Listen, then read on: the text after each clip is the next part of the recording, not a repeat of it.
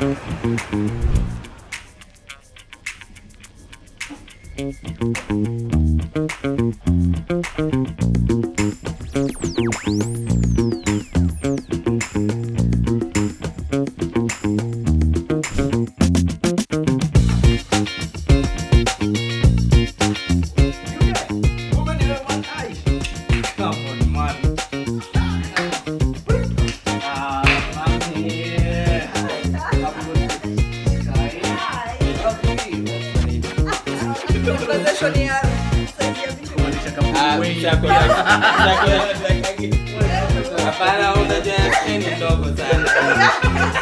up, guys? Welcome to the Curtain Call Podcast.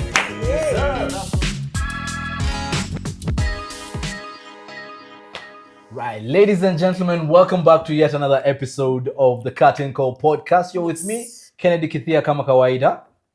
Justin Mwanzia. Tracy Kajuju. And I am Sky Kakwe. Mambo Sky. Poa sana. Wacha tulenge wasitu assume hawako. Hawako. Yeah. From the last time tuliko pamoja. I have been amazing. I think I've had exciting activities. Yes. And I'm glad, in it a gradual growth. What's the most exciting activity you've had? Assume say hawako. Wow. The most exciting activity. Yes. I got over my phobia for jet skiing. So now I can jet ski on my own bila guide. Nice. And I'm badass. Nice. Kidogo umesema I got over, I thought ulikuwa about kusema. Anyway, thank you so much for joining us. We are having the next episode today, which is episode 6. We're talking about Unsung Backstage Heroes. Oh, yes. And that's why we have these two very awesome individuals with us. Tunabonga leo about stage managers, makeup artists, sound, wase wa sound, wase wa costumes. Yes. Ni nini ya wase wanafanyanga na inakuanga aje kudu whatever it is that they do. And that's why we have Justin hapa hivi na Sisi and Tracy. But unajua kuna time kwa nimesahau jina lako ni Tracy. Just call me Kajuju. Tracy inazombea. Ukishazoea kuita msee jina fulani. Hiyo ingine inapotea. Yeah, that's true, because hata mimi there was a time I introduced you as Kajuju way too many times until people are like Tracy and I'm like, yeah, who is Tracy? Who is Tracy? Hizo ni za ID na serikali. Yeah. Anyway, mambo you guys, how you guys? Ladies first, please. Oh wow. A gentleman in the house. Personally, I'm doing great. Yeah. It's 2026. I can't believe it, but here we are. Yeah. Huko unaamini utafika 2026 kwa nini? No, it's just 2025 ilikuonyesha dust. I'm telling you, but no, not in a very bad way. Okay. But it's just that the way time is moving. Okay. It's just It's like, crazy, how the hell are we already in 2026? Unazeeka. In short, Miaka inasonga. yeah, the age people are turning this year is shocking. There's an ad in you. Wacha tusichape story mob. Just so mambo. Mimi niko salama pia. Niko fiti kabisa. I'm very happy to be back here. Yeah. Niko na furaha sana. Acha tuwadanganye. It's been a minute by the way. Yes. Since episode your episode. I can't remember. Yeah, I think it was episode 2. Yeah, the one we were covering stage managers. And Yeah, we had Edna on board as well. Yeah. So I'm happy to be back, man. Karibu. We're so excited to have you guys. Karibuni sana. Thank you. Sasa, tukianza, let me ask you, what you guys, last time tulikuwa tunakuita talent. Sure. Si ndio? Tulikuwa tunakuita talent. Yeah. Sasa, what I know you've been talent, and you've also been the one facilitating whatever it is that the talent is actually doing, the one more or less in charge. And maybe you can just utueleze how did you get first of all there? Did you ever want to be did you even know who an SM is to begin and who is an SM? Because maybe kuna wazana wote wajui SM ni. Yes. So a stage manager is the person who coordinates everything in production. That means coordinating the communication probably like part of the nini JD ni communicating to the wanaitwaje casts, the program of the day, communicating to also the director when the cast is ready, communicating to the producer if there's anything needed. Basically wendo mse wa ground, wendo mse wa coordinate kila kitu on ground.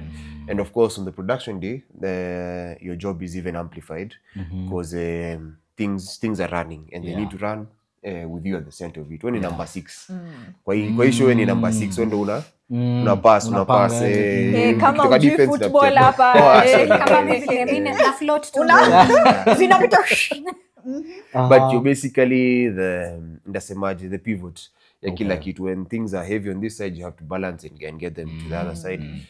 So basically that's what it is. How I got there, when I joined Igiza, I wasn't really so keen on getting on stage first. I wanted to learn the culture and how people operate and whatever was going on. So I got into backstage management first, and then slowly by slowly I grew nikapata confidence kiasi, nikaitisha position as stage manager. Mistake. But not such a Nibulanda. Baptism by fire. Baptism by fire. I actually thought unajua wanafichanga vitu nyingi sana. Wako wameniambia hiyo ndio ubaya. Hawakukuona. Mtu anachomeka na asemi. So I dove into the deep end, nikapata it's actually deeper than I expected.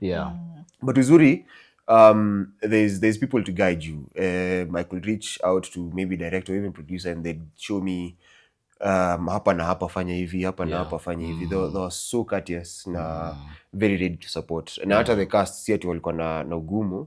It's just that when you're dealing with a lot, you feel like hata mtu akikwambia nisaidie maji una feel ai mse why now? Mbona unataka maji? Why now? Unaweza ishi bila maji. So any form of need that you're supposed to satisfy and there's a load on this other side, you feel like it's very heavy. But all in all, it was a great experience. Once everything to Leah's and you see the production is really going on, man, you breathe and feel so nice. And all is and the worst part, I was also on stage. You're SM and you're still on stage. So you can imagine when the talent no in charge of talent. Nasi mchezo. But it was quite interesting. Ilikuwa fiti sana, ilikuwa experience poa sana. So does that mean that because you've said when you were joining Igiza, you wanted to start as you progress? That means you've never been a stage manager anywhere before? Not really. I've been in a position of leadership in a club, which does not really translate to stage management. But that means I was more of coordinative in terms of maybe if it's in terms of money or even just coordinating the cast to go and eat at a certain time. But it wasn't very heavy set. And in terms of the JD, come as stage manager, that is quite something. That's a load to take. I can imagine. And for Kajuju, where is sasa your like job in Kajuju amedu? Let me tell you guys, by the way, just so you know the way being an SM is huge, okay? But I'll tell you this: one of the main guys who can make you cry when watching something, ni wase wa sound. Sure. Try to change sound, weke ka melody flani kwa scene flani uone vile itatupa the emotion from it. So Kajuju, you've been doing sound for quite a bit, and you've also done costume design. What's it been like for you? And nini ili inspire kasema, you know what, baby, wacha ni try sound. So for me, when I was first given the role, it's not something I had anticipated.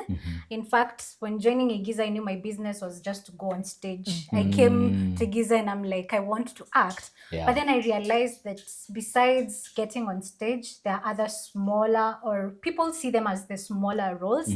But when I sat in that desk as the sound person, that time we were making it fancy. It was music director. Wait, Paul, sorry guys. Well, music director. In fact, Sio msewa sounds. Mziwaite wa sewa sounds, please. So at first when it was brought to me, I didn't quite understand what was expected. I was like, but I want to be on stage. But also not everybody can be on stage at the same time. So it was a challenge for me at first because I didn't even know what I was supposed to do. But now the whole fancy, let me tell you what sold it is the music director thing. I was like, okay, but I love music. I'm passionate about music. So let me give it a try. So I decided, okay, cool. I'll take the challenge. I'll do it and see how it goes. But it was not easy. It was not It was not as easy as most people imagine. Think it is. What particularly about it makes it quite the task? What is it about it that makes it, what makes it look easy, and what about it is actually not easy? Okay. Why it looks easy, people assume you just press a button and you play the sound, press another button and the sound comes on, but that's not what it actually is. What don't people know? At first, you have to read the script just like everybody else. You have to understand and internalize the script so that you can choose the music that will convey the emotion you're looking for. So if you've not actually understood the script and the storyline, you cannot even select good music. So it starts from there. Unachambua the script properly, but there are also like some key guidelines that the director gives you. I want music here, I want music here. So they can throw some hints. I want sad music, but now it's up to you to figure out what type of sad music that is going to amplify this particular scene or act. Then secondly, you have to make sure now you know the scripts and all the cues, because it's gonna be hard trying to read the script and see what the actors are doing. So you have to internalize it, because you cannot also rely on the actor following the script word by word. So you should know each and every scene, what is happening, so that you know when to play the music, so that you know all your cues. Because even if you say, I'll just read the script, you won't be able to follow the script, because sometimes actors do their own things on stage. But even if they don't give you the line, they expect the music. They expect the soundtrack at the end of the day. So you have to internalize, you have to know the script, you have to know all the cues, and you have to do it over and over again. So that even if someone wakes you up and tells you, Act 2, you're like, yes, I know the song. The reason I'm laughing is because I'm sometimes one of those actors who can do their own thing. And if you don't understand the flow, wow, okay, that's interesting. So there's no way you're running from knowing the entire story. You can't. Oh, and then by the way, just so you know, these guys, some music director, music directors, wakoligi kina nani, ni kama kina Hans Zimmer. They're unaona zile ma sounds za kina kwa Dark Knight, and it's oh wow. And then so in addition to sound, but before we even get to that, you two in those capacities, you kind of have to work together in a way, because I'm guessing also during rehearsals and whatnot, you have to be there. You have to. What's it like nini working with SMs, because SMs wengine wanaweza kuwa if you're a stage manager out there, we love you guys. Much love. I think the music director definitely has to work hand in hand with the stage manager. And I think one misconception that people have is that as a music director or as a sounds person, you don't have to be present at rehearsals, but that is a huge misconception. You are supposed to be even more present than the cast themselves. If you miss one rehearsal, you don't have an understudy as a music director. So if you miss one rehearsal, it's gonna mess you up.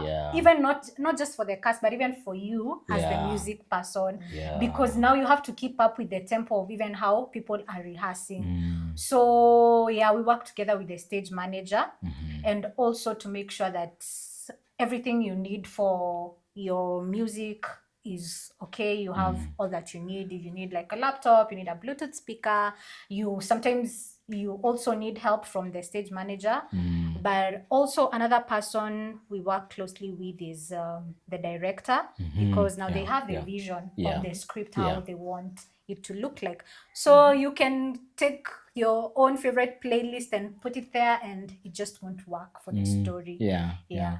Okay. Interesting. And what's it like for you working with the music director? Yes. What has it been like for you, the experience in umekuwa nayo? For my experience, it was really, really, really smooth. It wasn't even hata sikuwa nafaa kufuatilia or anything. I would see music director hata ameenda tu kuongea na director yeye mwenyewe. The communication was so smooth. Hata sikuwa nauliza vitu na nini ya music, because I think the director and the current music director have formed such a communication of their own. Wanakuwa in their own So that world. reduces your work. That reduces my work very drastically. Wako na Sajo and Mato have such a kind of bond that wanajuana wenyewe kwa wenyewe. Sajo can miss all the rehearsals. Big up Sajo. zenye hizi za kwanza, but when it gets hapo katikati and he starts coming, you can see nikawa wamekuwa kidiscuss all the way from back. So all he does ni kushika tu cues, and then on the day of the show anafanya wanda zake. Nice. Wasa wengine wenye I think wanakuanga really important, and I wish tungekuwa na mmoja hapa hivi. Msewa lights. Very important. Big up to who? Sandra. Yeah. Sandra. And even Sajo does lights. And Charles Rioba. Charles Rioba as well. Yeah, I've also had to do lights when you've done lights as well. During the time I was doing sounds at the same time. So you were doing both sounds and lights. Yeah, there was a particular show where the lights person was just kaput. Okay, let's figure out how, where, which button. So you have to you had to think on your feet at that. Amazing. Okay. And Sasa, there's something else that you also did, and this is where I think creativity comes in. Costumes. Oh yeah. I was the costume manager for the show Flight 1963. Yes. But they will tuvalisha. Wow. If you've not watched captains and everything. If you've not watched Flight 1963, show moto sana. Yeah. So I think when it comes to being a costume manager, there's not so much pressure when the cast are getting their own costumes. All you have to do is just give them guidance and approve whatever they'll just present you the ideas and whatever they want to wear, and you'll just approve or give them recommendations, change this, change color, But now it's a different ball game when it comes to a show like Flight 1963, because now we wanted captains to look like captains, the pilots to look like pilots. So it was a bit challenging, but not something anyone can't do. Nice. Now on that docket, as a costume manager, and you've compared the two, so which one works for you? Do you prefer a costume manager should be in charge of providing all the costumes, or do you prefer the ones where you just guide on what to bring or what to wear? I think personally for me, I would say if it's possible for it to all be under the production, costumes, let the costume manager take care of everything. I think for some productions it's different. There is maybe costume manager who's in charge of a whole wardrobe, so they get to select the clothes that you put on, and also for other productions it's different, because maybe all the resources are not available to have a wardrobe for the production. So that's where the cast have to go out of their way to look for costumes. But also being that I have been on the other side as a cast, it's usually stressful to try. You're trying to get your lines, you're trying to get your costumes at the same time, to look for costumes, and most of us, we usually do the last minute rush because so it's not an easy feat when you're the cast and also having to take care of your own costumes. It's doable. And the good thing is that for us, I think in Igiza, we have already understood the art of helping out a friend. So I don't think anyone has ever had like a big costume failure or something like that, because we also help one another. But so both angles work, but it's definitely easier when the production takes care of it. Nice. Which has me wondering, there's something you've mentioned, something about availability. And when it comes to availability, both resource-wise and individual-wise, in terms of cast and crew, you have a very big job. Yes. When it comes to aligning people's schedules and rehearsal times. What's that like? What is it? Is it that much of a headache as I imagine it? Trying to align rehearsals so that everyone can fit in. What kind of sacrifices are there that need to be made, and what do you consider when doing such things, and how is it like? Honestly, the only way I could have done it. Because you also balance resources in terms of peer props. Yes, all that, everything to kila kitu weka hapo. So the only way I could have managed it is a story. I just made an Excel sheet. Because me and Karimi, who we were also who was my co-stage manager, we had to create an Excel sheet and figure out who's available when are most cast members available, so that we can have even if not the whole team on board, just a majority of them on board, so that we can have a fruitful rehearsal or something. So that was a hectic process, because it's constant communication and things do change. It's life. So at times you'd find that yes, today such and such has said that they were coming. Probably 3 hours to rehearsals, they tell you, oh, stuff has happened. We had to change.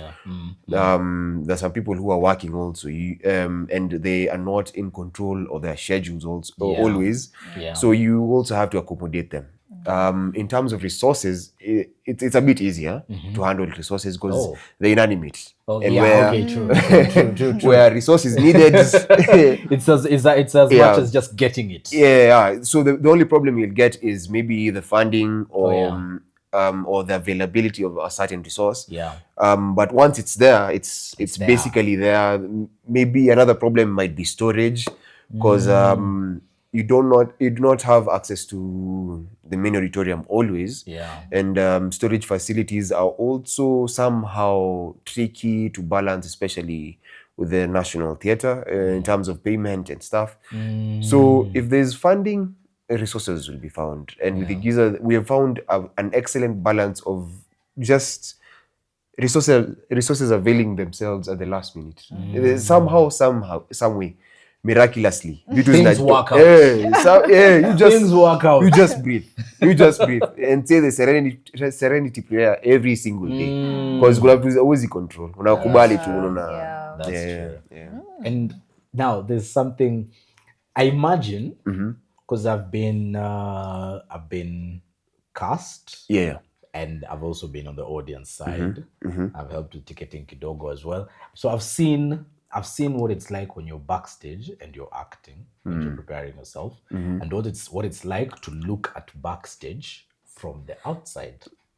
Okay. So for you guys, being in the spaces that you're in, you may not get to see backstage much in sound because you're in the booth, but for you, you are in the thick of it with the people. Yes. Backstage, what's it like, and what do you do?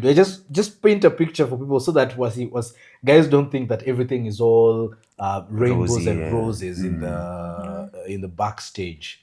Just what goes on before the show. I'm sorry for anyone I've never known, because this is where nerves are attached. So right before the show, you see, there's this moment of lax.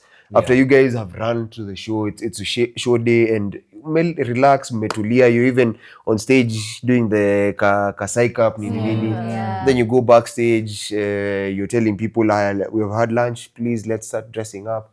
The makeup person is making up, and then you hear, I don't know. The makeup person is making up. Apparently, Mali, you make up. Very nice. So And then you have your comms on, and then you hear gates are open. And you know, the same way the audience is entering, the same way your nerves just start. And everything just your pores open, you start sweating.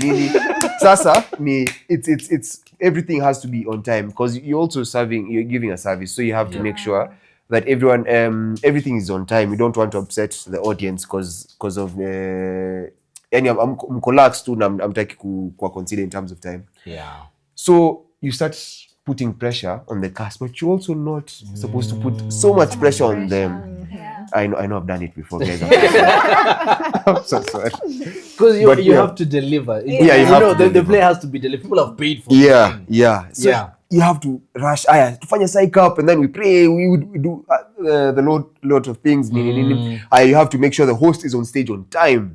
I end there say rise up for the national anthem and regional anthem and stuff. To the shtick and stuff. Go backstage, and then now you make sure that once the curtains open, the first person who's supposed to open the show is there. So sometimes that's where things go wrong. That person is not there. What mentioning names? Hey. Curtain is open, lights are on. The person is not there. Wow. And you can see the audience are very anticipative. Smile up watching they're seeing the set. They're impressed with the set. And then the music is playing. So the ambience is already set. Kila kipo fiti. But uko nyumba wale you sweat even through your teeth, man. It is happening uko nyumba. Yeah. But it's also it's high pressure, but also very rewarding when everything goes as planned. Yeah. And I think another point of pressure is the transitions. Transitions also get you off guard because sometimes you might find you're changing from one act to the other. Yeah. And one of the characters has to change, or even maybe the whole ensemble has to change. Yeah. And sometimes the costumes are not designed in a way that ati nikurarua na kuvaa ingine haraka. You have to give time, especially for the ladies. It's very people need time to change. They need time to change. But also the show has to go on. Yeah. The audience doesn't know that people are changing. Hiyo ni shida yenu. Yeah. You can't break. You need to sex in a fourth wall, but you can't bring them into reality haraka sana. So you also have to, your anticipation, we're still in this world that we've created, has to stay there. So this change has to be quick. Yeah, quick. And even sometimes during rehearsals, people are encouraged to change. So the pressure back there inakuanga noma sana. Unajipata hata unasaidia msee kufunga viatu ama just helping someone to do something. But it's usually very rewarding when everything is just done. And the host goes and starts introducing people. And you sit back and you say, it was a nice one. Because we see I don't know, I see guys with those comms on and I'm like, these guys look so cool. It must be really nice to be these guys. Those comms are we look cool, but whatever is going on in our heads. Because here you have someone in your ear and then there's someone else you physically who's trying to talk to you. There's someone else who has told you their need. And there's a lot happening, and it's chaotic. I have to ask, and this I am genuinely curious about. Do people ever slip up and forget that they are on comms and say some things, thinking they're not being heard? The whole crew can hear what they're saying. Yes, I know. Has it ever happened? Yes, it has happened. Has it ever happened to you? To me, as the person who's talking? Yes. No. Well, you've experienced someone else. You've ever had something you were not supposed to do. Yes. Secrets and all. I tend to say cheeky things on comms just to make people laugh backstage and stuff. But I'm usually very calculated. Conscious on whether I'm mute or not. Okay. But sometimes you might hear kuna mtu anasengenyana huko nyuma ama there's just something going on. Date inapangwa, we are letting into this private lives of people.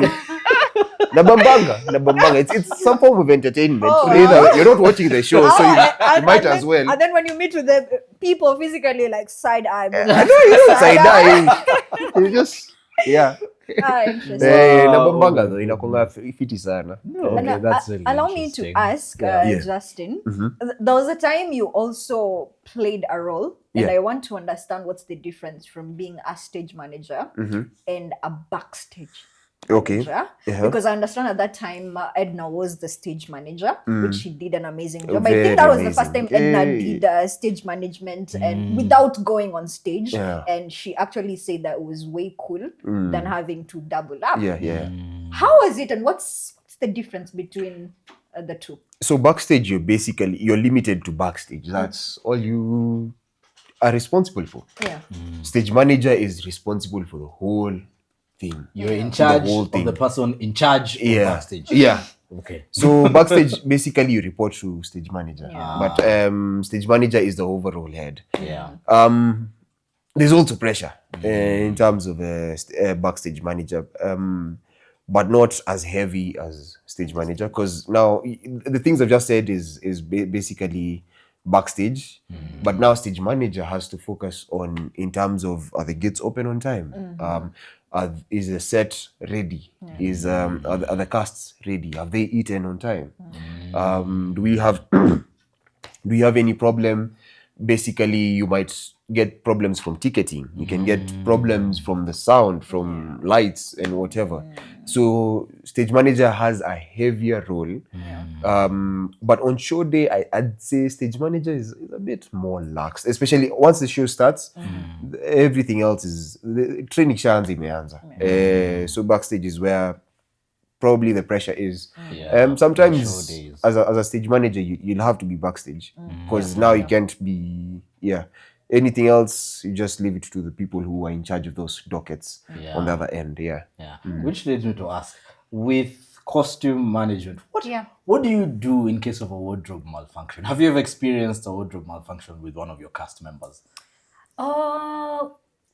Well, I think when I was the costume manager, I didn't really experience any malfunction. But as a cast, it has happened. Oh, it's happened to you? Yes. There was a time I couldn't fit into my own dress.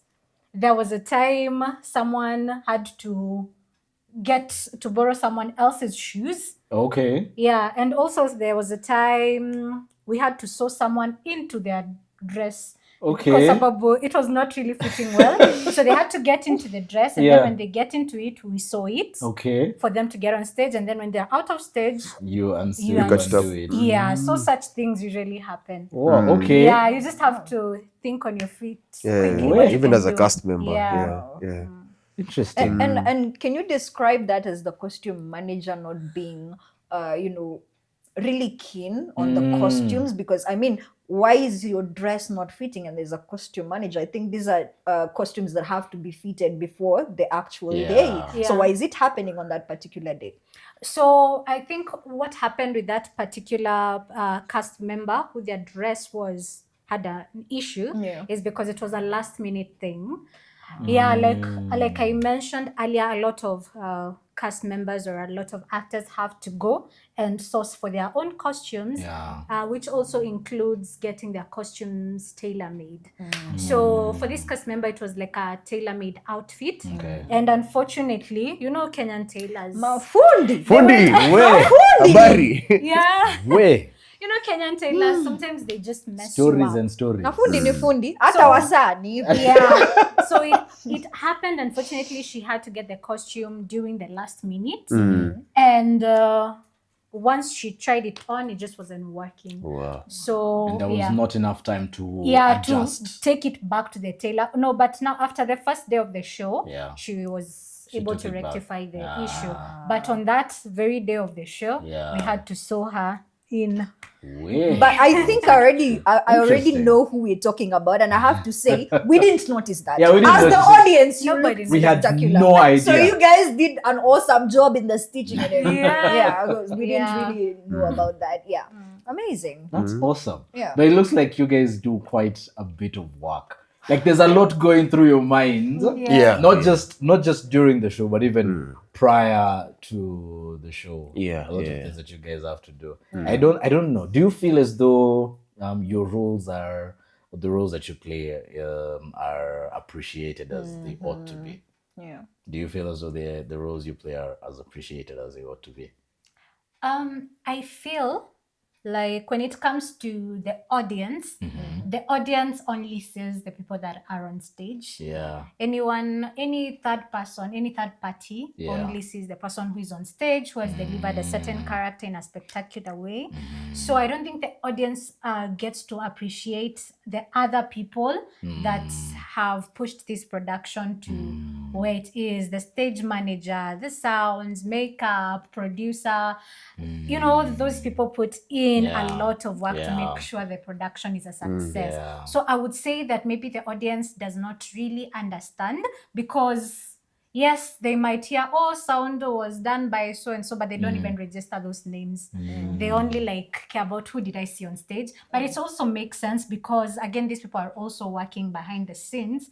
So it's hard to compare and their visibility with the people that are on stage. But I think internally, because most of us have already tried out these other roles, the behind the scenes role, then we get to appreciate these people because, you know, we see the challenges they go through. We see the stress that the stage manager goes through. So I think internally we are able to appreciate them, and we always do. And yeah, I think we can also do better in terms of appreciating them. I don't know how, but yeah, but I guess Just what do you think about that? Just same sentiments, as in hakuna mse on the audience side or even just any third party would recognize story umsa amepitia, but wale cast and the people, the other team would be like, hey manzi, thanks, you did a good job. Makeup kwanza, if there's anyone who gets appreciation from the ladies, is Mali. Because Mali, our makeup artist, that is, she always does an exemplary job. Shout out to you, Mali. Now, go girl. what the audience sees is just a product. You know? yeah. They'd never see whatever. So don't expect appreciation kutoka kwa audience. Like it's part of the job, man. Your gratification comes from seeing the thing play out and be beautiful. Yeah, exactly. I think that also applies to film. Like normally you'll see someone waiting for the end to look at the cast name, but you will not see them looking at the DOP's name or lights or the location manager, costume, location. Actually, mse lights DOP ndo anasema asante sana hapo umenijenga. Mse costume ana appreciate your cast mwenyewe. The trailers and the banners and the photos that you guys see, it's those guys. The editor, it's those guys. Director anasema, oh my god, good job. It's not me. Yeah, but I think it's good. It's refreshing to get to hear just how much goes into a production, because it's not as simple as just, you know, guys get together, read a script, 1, 2, 3 weeks pass, and then it's on stage. There's a whole machinery that's you know that goes into a whole machinery at work. And from me as a cast member and as an audience and as a ticketing guy, mazee tunawa appreciate. You've mentioned ticketing guy. I also think even though they come at the very end or on the last day, the ticketing managers, Meshach, and the crew and myself.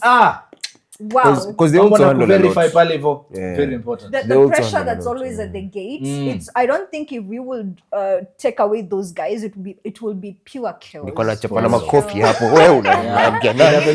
It's very easy to experience another Shakek issue. In fact, the reason why we are able to have a good show is because our clients are received well. Because if they're not received well, you can ruin the mood completely. The whole thing.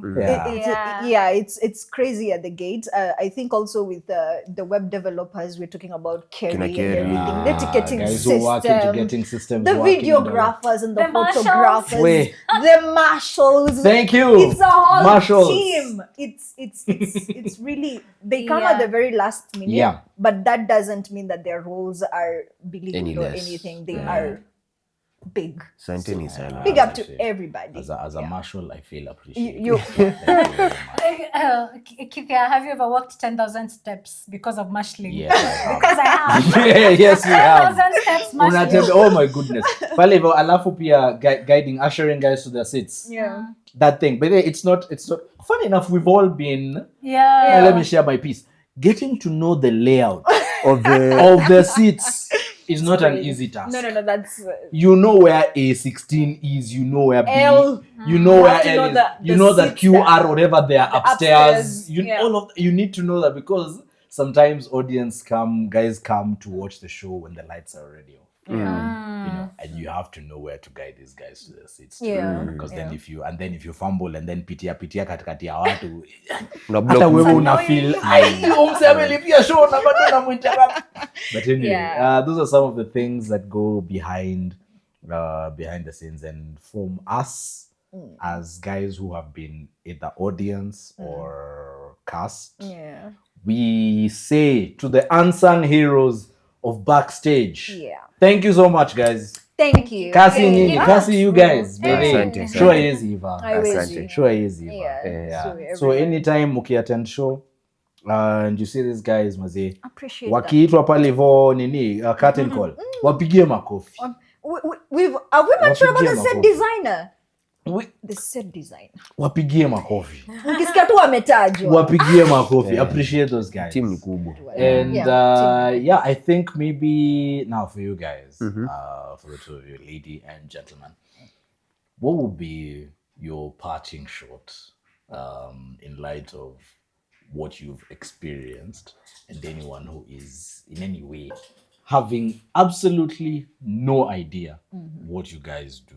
What would you tell them as a parting shot? And on top of the parting shot, would you do it again? Would you be an SM again? Would you be a music director, again, or a costume manager?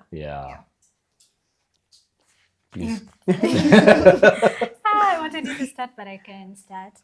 So I think my parting shot would be, first, it's an amazing experience to try out something new, something that is outside of your comfort zone. Like the example I gave with me being the music director and not wanting to do it at first, but also realizing on the journey that it was such a great and interesting experience for me, especially as someone who loves music. So that's one. So for anyone who is in the theater, film production space, if you feel curious about something or if you're challenged, don't be afraid to go for it. And I have not tried to be an SM, but that is one of my challenges for this year. Wow, awesome. Watch out for her. And then what was the other question? For someone who's looking to, what would you tell them? For someone who is looking to do to be something part of the in line crew. with the Backstage. So challenge yourself. Don't be scared. Don't be afraid to try out new things, because if I can do it, you can do it. That's the attitude you should go into it. Then in terms of doing it again, yes, I would definitely do it again. When things align, they just align. They do. And sometimes when people give you a challenge or ask you to do something, it's because they have seen a strength in you. That's why you're given that role, especially if you didn't ask for it. If someone comes and asks you, can you please take over this? It's because they have seen something unique in you. Maybe you didn't see it for yourself. So just challenge yourself, and you never know. Nice. Just Mwanzia, how do I follow that? Umeanza. Mwanzia ningekubali kuanza. Well, yes, I'd do it again. To answer that in the briefest way, because it was fun, it was very nice. You see, there's this build-up. The build-up of pressure. And then when you get to the release, it's usually very satisfying. And hunting that adrenaline, your word, rush to that point in kitu poa sana. It's a nice feeling, and you know the reward at the very end is great. So yes, I'd do it again. What were the other questions? Honestly, I've forgotten. What would you tell somebody? What would I tell someone who wants to do it? Wow. the best way you can help yourself is just be prepared. Be very prepared and keep an open mind. Get everything consolidated, have lists, have Excel sheets, have documents that you can fall back on in case of any confirmations or even just in case of anything. That's documentation is very important. Very important. Yeah. All right. Nice. Amazing. Awesome. Yeah. Sky, Yes. mambo. Poa sana. Sasa, wewe unataka kuwa SM? After kusikia. As someone who has been a ticketing manager before, I would try to be a stage manager, but I wouldn't voluntarily offer to be one.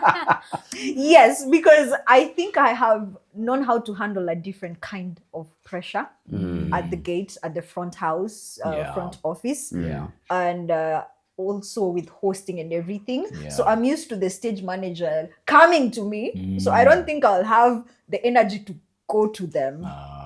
So let's kila mtoto akae tu na specialty yake. Well, that having been said, next episode we're going to be talking to someone who, let's say, who's in charge of, or rather who makes all of this possible. Episode number 7. So with that, you do not want to miss that. For this one, it's been episode 6. We've been talking about the unsung heroes of the backstage. Thank you so much for being with us, Maze. And up until the next episode, what parting should we use? Which one do you want to use? But before that, I think now that we've talked about those unsung heroes of the backstage, let's look to have someone like the makeup artist. They come as well. Let's look to have some of the ticketing managers. Let's look to have the web developer. Let's have these definitely. Well, so up until then, guys, have a good one. Be sure to follow Igiza Arts Productions on our socials at Igiza Arts Productions all through IG, TikTok, Facebook. Guys, are we on Facebook still? Yeah, we are. Wow. Yeah. Damn, Facebook still exists. Facebook and X. So up until that time, see mbaki salama. Ama namna gani? Ciao. Ciao.